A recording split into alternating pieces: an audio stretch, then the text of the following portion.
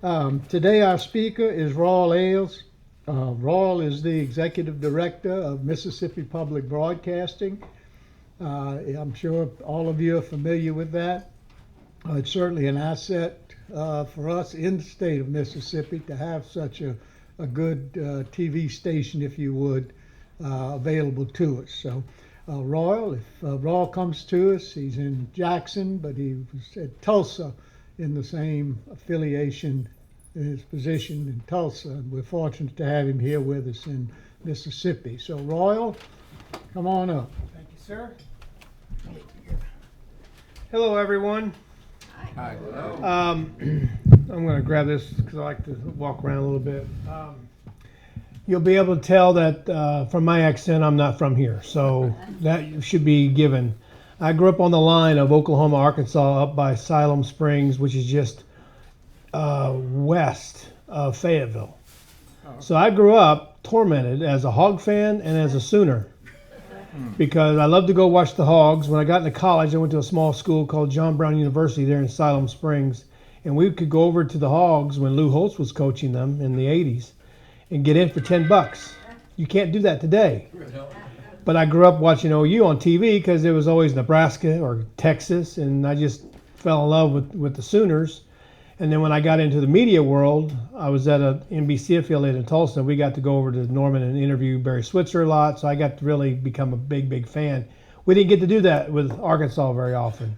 But I'm torn usually between my Hogs and my Sooners as to now it's going to get even worse now that we're in the SEC and we got to play the Hogs, and to hell with the Texans, I'm telling you.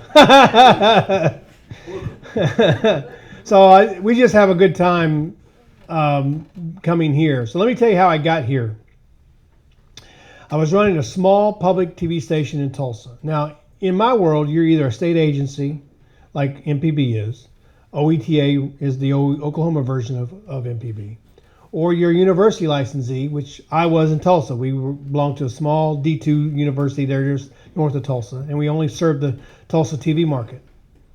Or you are community owned. 5 of y'all get together, create a nonprofit, get a TV license, and you raise money all the time to support it.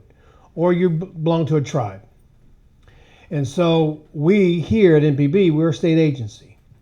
So I'm in Tulsa, I'm at my little station, been there 10 years, and I'm just loving every minute of it and enjoying what we do. I only had 12 people working for me. We're TV and radio, but only 12 was working.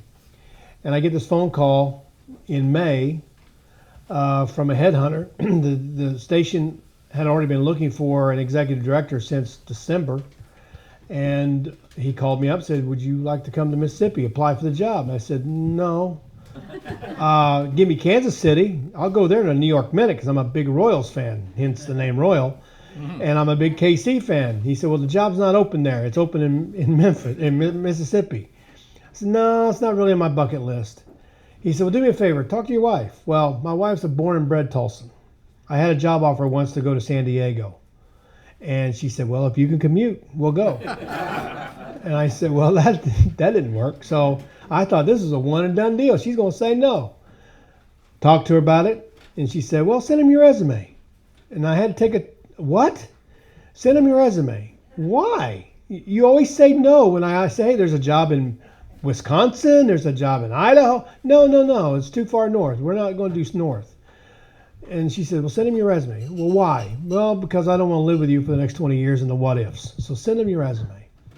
So I did. I sent the resume in. Didn't hear back from him for a couple of weeks. Thought, well, coming to me, they were really digging at the bottom of the barrel. So they can just keep looking. And I finally get a phone call that they want to talk to me on Zoom. The board does. So I had a Zoom interview with them, and it went fine. Didn't think nothing of it. Went on with my life, doing the things I got to do for RSU Public TV. Then I get a text. They want you to fly into town to in-person interview. And I said, "Not interested." He said, "What's your temperament about percentage about really wanting to do this?" I said, "About a 40%. He said, "Well, great. Don't waste my time." Good answer. I'm done. He said, "Well, wait. Before you do that, go back and talk to your wife." And I said, "No, wait a minute. That's not fair." He said, "Well, just do this, and then you can tell me no."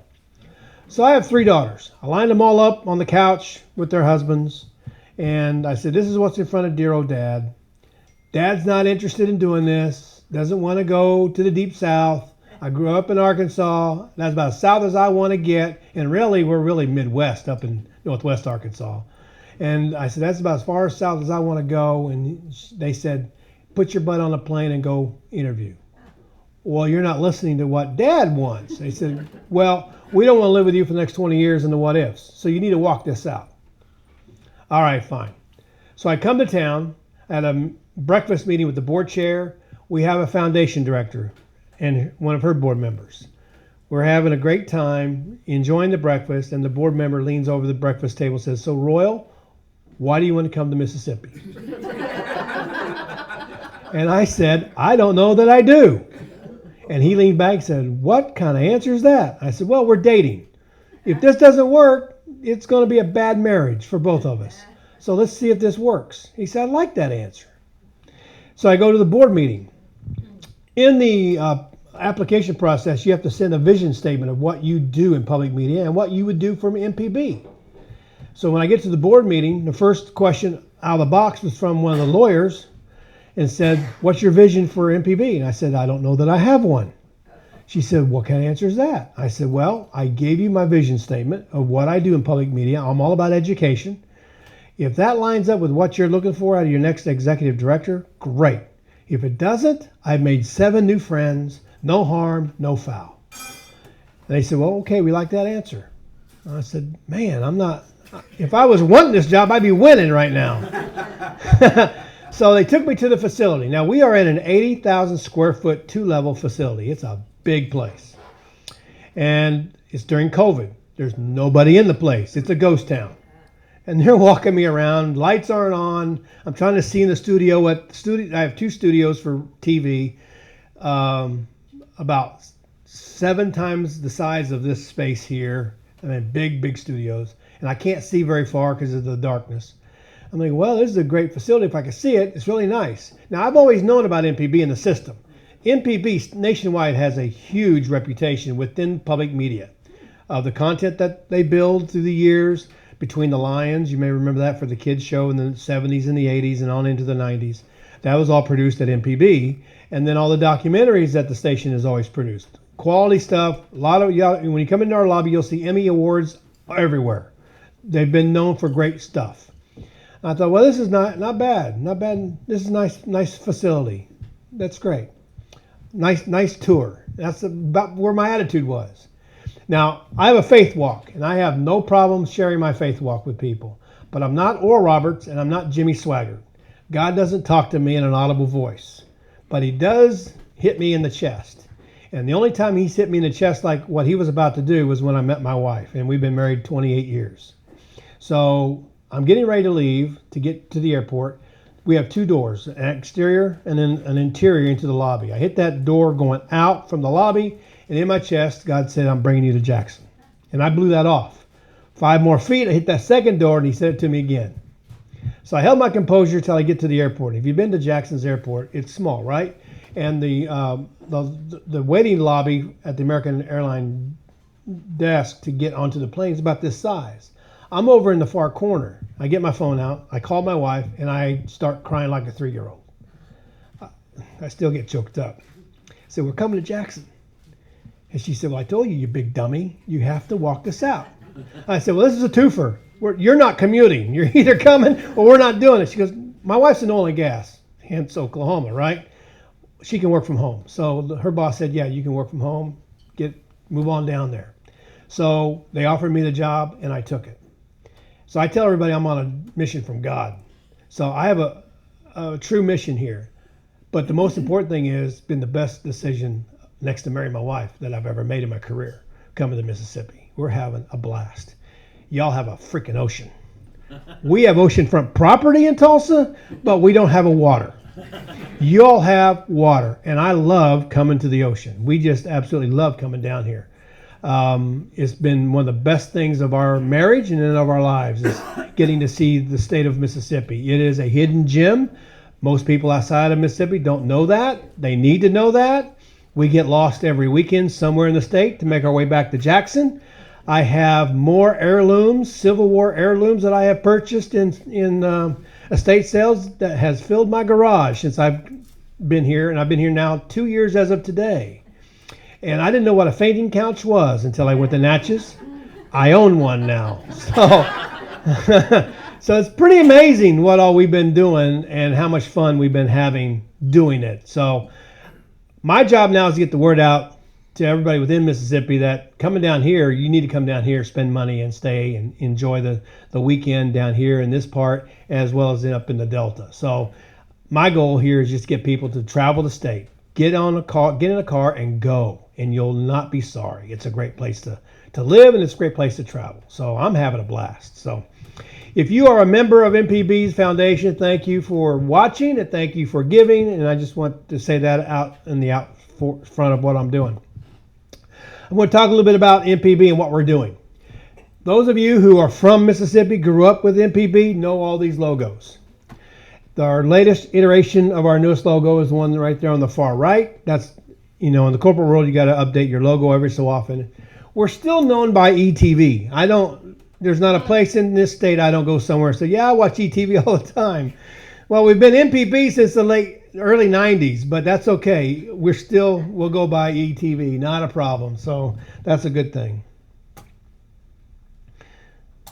Okay, here's our mission, and I'm very proud of this mission because I am a mission-based person. Mississippi Public Broadcasting educates, informs, and inspires Mississippians with quality programming and services. Through our statewide network, we also provide trusted information during emergencies. So, everybody tells me about how important we were during Katrina. I can't go to the legislature without somebody bringing, you guys were the most important thing in our lives during Katrina because we knew where to go, what to do, how to get help that we needed. And we are in existence for 3 reasons, and Weather Alert is part of that. Here's the 3 reasons in 1968 that they created us. The first thing is disaster alert system.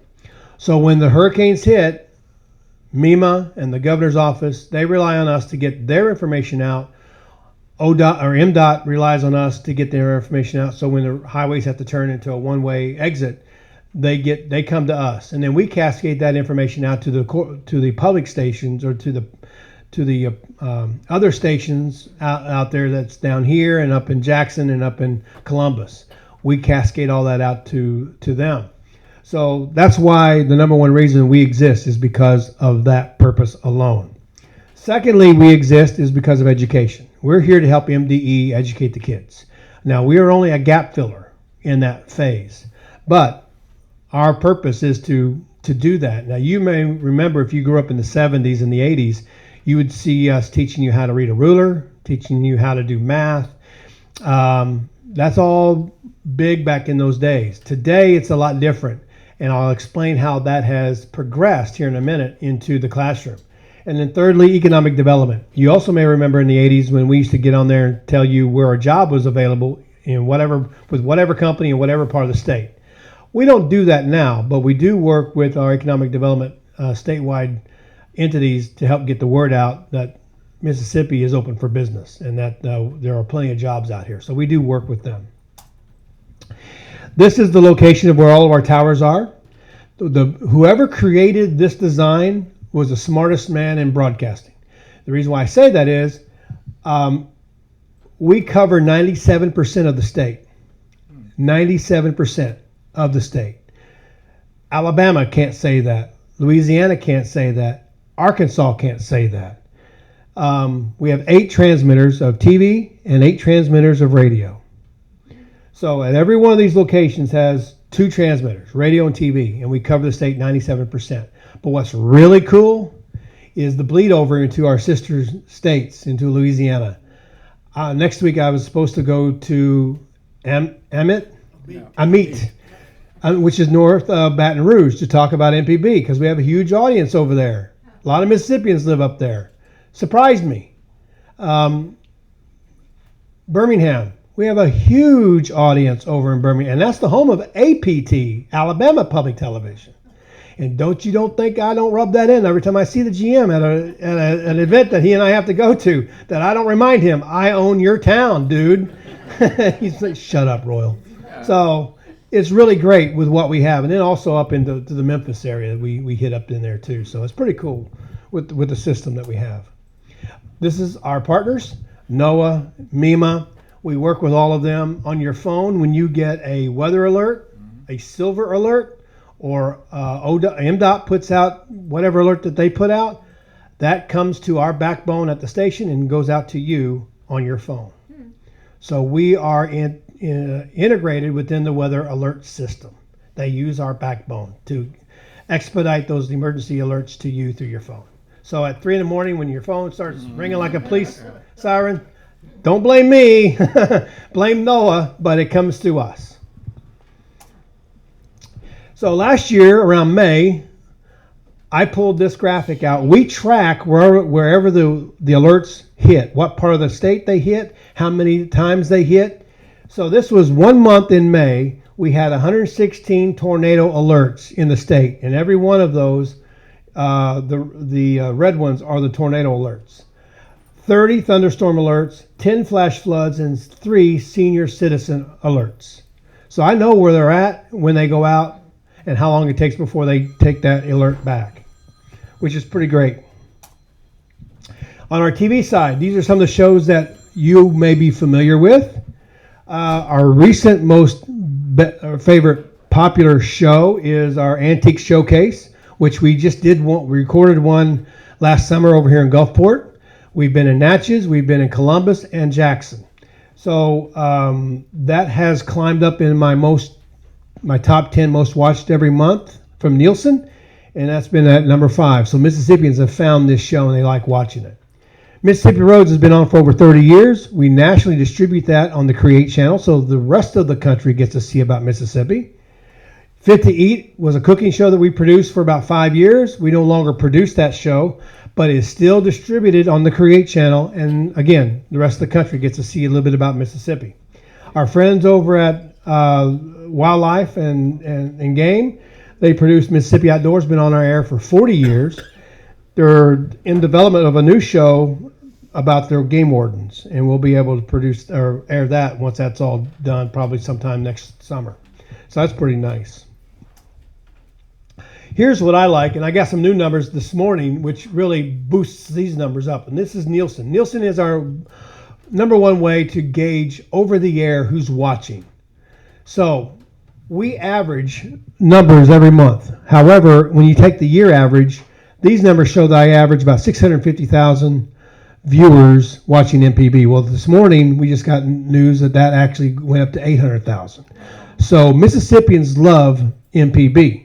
But what's even better, as according to Nielsen, at any hour of the day throughout the state, 25% of the TVs that are on are tuned to MPB. Alabama can't say that. Arkansas can't say that. Louisiana can't say that. But we can say that.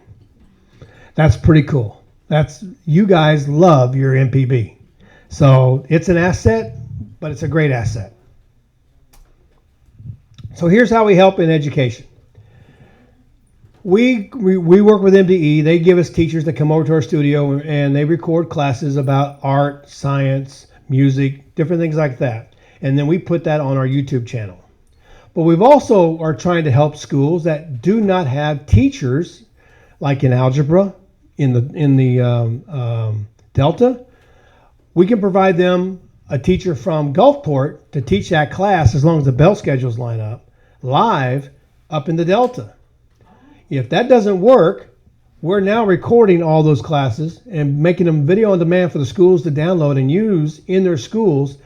I hired 5 certified teachers from MDE, and they're teaching those classes in Algebra 1, English, Biology, U.S. History, and we're getting ready to add more. So if that principal somewhere in a small rural school doesn't have an algebra teacher or U.S. history teacher, he now has access to that content, and that school librarian can be the proxy to administer the tests, and those kids get their credit so they can graduate. So we're very vital to the system of education within the state, and our new state superintendent, Dr. Vance, has said, I want to do more. So he's coming over in 2 weeks to sit down, and we're going to figure out exactly what more means for him and what he wants us to do. My response to him was, well, how big do you want the rocket ship to the moon? He said, it's going to be big, so we're going to be doing a whole lot more. His thought process is, why am I paying all this money to these third-party vendors who come in and do this online stuff when I have you? I said, well, still going to cost you, but just for effort, time and effort, not for profit. He said, fine. The reality of it is, I've got you. You're my conduit to the schools. Why aren't we utilizing you guys? So that was music to my ears. So our goal is to help all these kids get graduated so they can go on to live their lives or get to college someplace so they can just even have a better life. But here are some of the results I really want to show you. We have our YouTube channel for education. We have over 400 instructional videos on that from MDE on that channel with the stuff that we're also creating. Last year alone, parents downloaded 48,000 classes from there to work with their kid at home. So the parents are engaged. That's what we're supposed to be doing. And that's what I love what we're doing. We also help the teachers continue with their continuing ed that they have to have. All teachers have to continue ed coursework materials. And we provide that for them through our website at a very reduced cost. So we know they don't make a lot of money, but we're also working hard to help them, because they don't make a lot of money, to continue to get their CUs or CEUs. So that's a big deal for us. Our radio side, which is what a lot of people listen to, in Oklahoma, small market radio is dying. These guys are ready to give their license back to the FCC because they're not making any money. But here in Mississippi, I'm a part of the Mississippi Association of Broadcasters. Small market radio is thriving. It's just going gangbusters. So in this state, radio is king. In Oklahoma, TV is king. Here, radio is king. TV is secondary, which really surprised me when I got here and learned that. You guys love your radio. We produce 20 programs a week just of local content that we drive home to you every week. 20 different shows. Alabama Public Radio does not do that. They drive NPR content most of the time. Louisiana, New Orleans over here. My good friend over there runs WHNO. He drives NPR content most of the time. He doesn't do local. The only thing he does local is news. Arkansas the same way. We build 20 shows a week. We have 30 hours of content per week on the radio alone with other things that we do. So that's big for us. And some of the shows you may recognize: Deep South Dining, Gestalt Gardener. Felder is a stinking rock star. I mean, I just went to 2 events with him, Monday and Tuesday, and the place was full because all they want to do is come. They don't come to see me, they're coming to see Felder. And he just keeps them laughing, and they just love him. So it's pretty cool with what we do. This is the schedule of our radio. So this is 1 week's look of what we do. In the blue is content that I purchase. BBC is our overnight news content. That's our default. So if something were to go wrong, we got the BBC on all the time. The other blue over there is more BBC content, as well as Living on Earth, The Splendid Table. A lot of people like that show, but that comes from other vendors that I purchase content from. The red is NPR content that I buy. I buy 16 hours a week of content from NPR. I spend about $180,000 a year on that. However, the 2 big ones, the one up here, Morning Edition, and here and now, Morning Edition and All Things Considered, those are the 2 tent poles of NPR, the drive home to work and the drive home news, national news that you get from NPR. We average over 1 million people listening to NPR news from Mississippi. That's pretty good. The white is what I build. 20 shows a week, other content that we do, 30 hours of MPB content on the air. So we outproduce what I buy, which is great because I told my team we're going to add more white to this list. We're going to do more shows because local is king, and we want to be telling Mississippi stories. So the more local we can come up with, the better off we are and the more successful we'll be, in my opinion. Our news product also has a place in all of this. I have 4 reporters. It's hard to cover the state with only 4, but we do our best that we can. But we live by a code of ethics. Now, you know that national news gets hit all the time about being biased. NPR is no different. They recently got nailed this past year in January about their bias. But local news, because I come from 20 years of the local newsroom of being in TV news, you can't be biased because no one will watch you if they think you're biased. Local news cannot afford to be biased. So we live by this, that we have to be fair, unbalanced, accurate, and honest. Because if not, no one's going to talk to us. They'll think we're spreading lies, and we'll have a hard time telling the news of the state. So we live by this constantly, and no one has ever walked up to me, even at the legislature, no one's walked up to me and said, you guys are biased news. Now, they hit me all the time about NPR, but they don't hit me about our news product because we can't afford to be. On our Think Radio side, as I mentioned, all of our local shows, we turn them into podcasts once we air them. Podcasting has become the new phenomenon. Everybody's got a podcast, seems like. But we are very successful with our podcasts. We're out trending nationally all the other public radio stations that are doing podcasts. So since we've been doing it since 2019, we average on a daily month over 30,000 downloads. That's a whole different audience that listens to us in the car.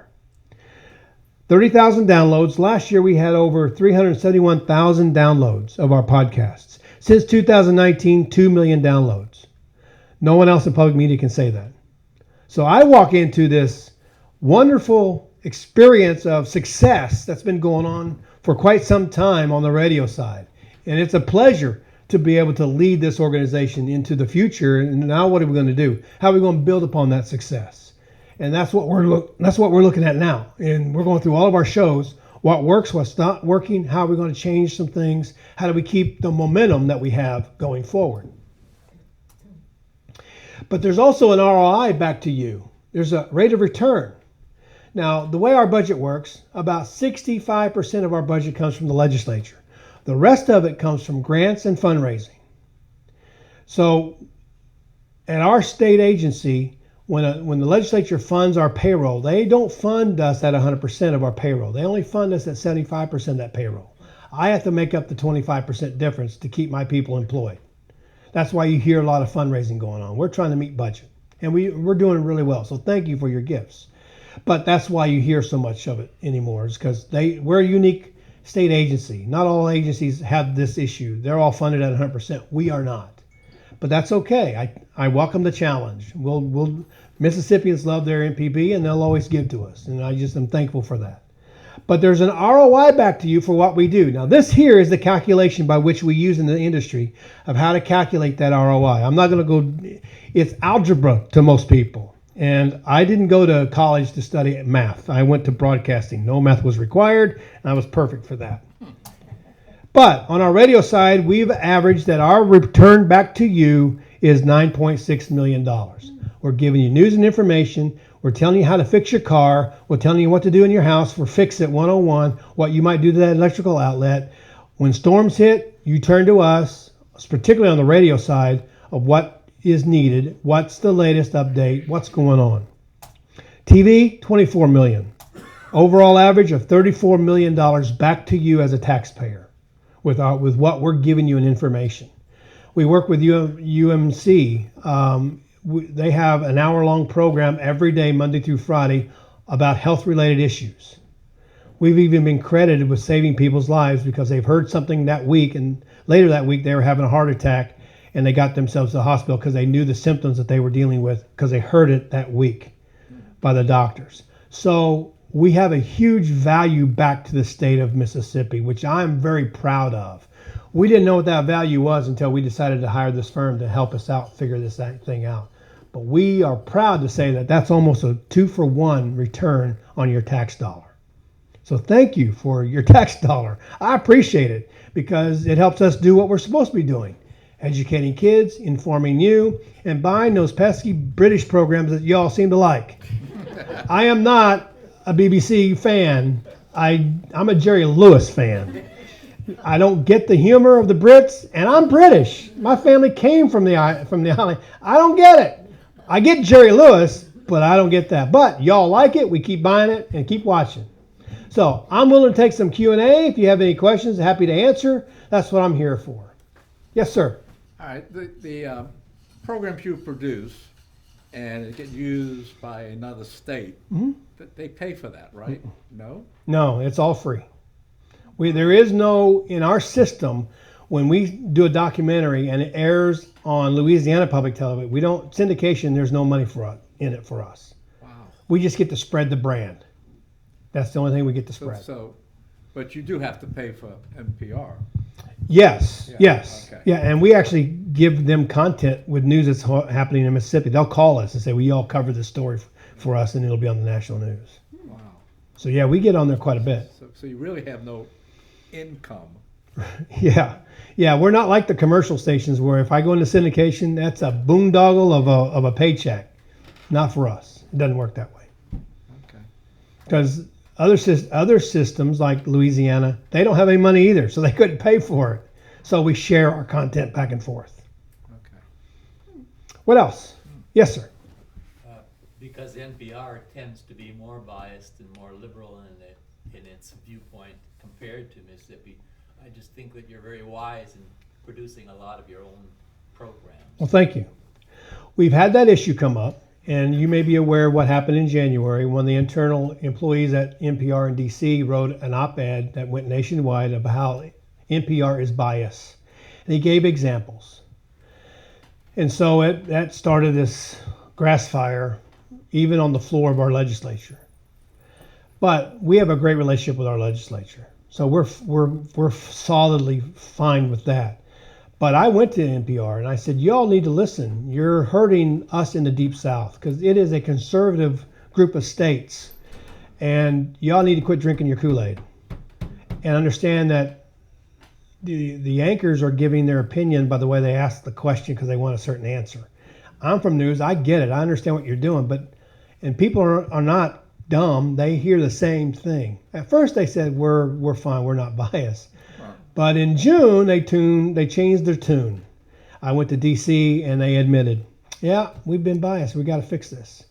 Well, then I raised my hand. So how y'all going to fix it? And how am I going to hold you accountable to my legislature? And they said, well, we're going to put in some policies and procedures that's going to address this. It's going to take time. This ship doesn't turn on a dime. They're hiring more staff who will pay attention to these issues and how they're going to fix it. That's a win for me because they're actually admitting that they have a problem, they're on a drug, and they need help. So CBS and ABC, they're not going to admit that, but they did, and they're working on it. So I'm very pleased with where they are. So that's good for us. Yes, sir. I listen to National Public Radio every morning. I told you that earlier. For an hour. And I always sometimes hear NPR, National Public Radio, or NPR. I've come to see the difference, and NPR gives good stories about Mississippi. On the other hand, National Public Radio runs down Mississippi a lot. Yep. And, if they want to talk about, there's this problem in America perhaps with women today not being able to get reproductive care. So we're going to take you to a little town in Mississippi and talk to somebody there who's really troubled by this failed policy. But it's not just one issue. They'll do the same thing with Louisiana. But it's not the Mississippi Public Radio, it's the National Public Radio. And we've had that conversation with them. It's a challenge. I mean, for them, it's low-hanging fruit. Let's go down south and have that issue discussed. It happens in Kansas City, it happens in Milwaukee, but they're not willing to go up north to have that conversation. They want to go south, where poverty exists differently. I don't understand it. I cannot. There's the perception of Mississippi. I had the perception when I came here. I told my wife, I married a Korean. So I said, honey, we're going to be down there coast to coast. We're going to get all kinds of good food. Well, there's not a Korean restaurant around. Okay. I said before we moved, I said, honey, now we're in the South. I grew up around Siloam Springs. The Klan is big up there. And I said, this is what you're going to see. Not one rebel flag have I seen since we've been here. Totally blew my mind. What people don't know about Mississippi is the fact that they've never studied it or come to find out that it's not what you think it is. And that's the same problem that NPR has. They have this perception of the Deep South, and they don't have anybody down here tell them that's not what you ought to be thinking. It's a different reality. It's a fantastic reality down here. It's a hidden gem. But it's reality is perception sometimes, and that's what happens with the people in D.C. But we're trying to change that. We are absolutely trying to change that. But it's going to take time. Yes, sir. How much of your programming decisions are ratings based? I mean, I guess a lot. All of it. All of it. You have to go by the data. The data is what sets you free. If you don't go by the data, then you're just guessing and you blinders on, throwing a dart at the dartboard, hoping I can get close to the bullseye. We have to go by the data. And our data is twofold. It is Nielsen, and it is also our digital data, which we can track now. The greatest thing that everybody has found is our new little handy dandy app. And they download the app on their phone. Believe it or not, in your car, most people don't listen to us over the air. They listen to us through the app in their car. Drives me nuts, but that's just because I'm old school. But that's the way they do it now, and I can track that. So we know who's listening and where they're listening and watching. Can you get podcast data that, I mean, you can see how many downloads? Yep. What about the difference between, I mean, I listen to a lot of podcasts, but it's not from broadcast outfits, it's from other folks. Sure. A lot, generally, it's interest oriented. This is a particular topic, I want to learn a lot about that topic, Right. so I download those podcasts. My kids do, they tell me the same thing. And is that becoming a problem? I mean, Not for us. We're having success with what we have. We have people in other countries downloading our podcasts. I can believe that. So that's pretty cool. Oh, yeah. Now, I'm sure there are former Mississippians living over there, but the reality of it is we have a lot of people pulling down our stuff outside the U.S. Well, you've got also the streaming capability. I mean, not all of your programs are streamed, are they? I mean, like, if I have a streaming app on my phone, can I watch Mississippi? If you have YouTube TV, you can watch us live. Okay, well, there you go. Or Hulu TV, you can watch us live. Roku, you can watch us live. That's good news. Mm-hmm. It is. That's amazing. And that's one of the first things that I just hooked up with PBS on when I got here. Is we got to go to Roku, and then and PBS did all the contracts with Hulu and YouTube TV Awesome. nationwide. Excellent. What else? Well, thank you. I appreciate the time, and thanks for letting me come out. Appreciate it. Thank you.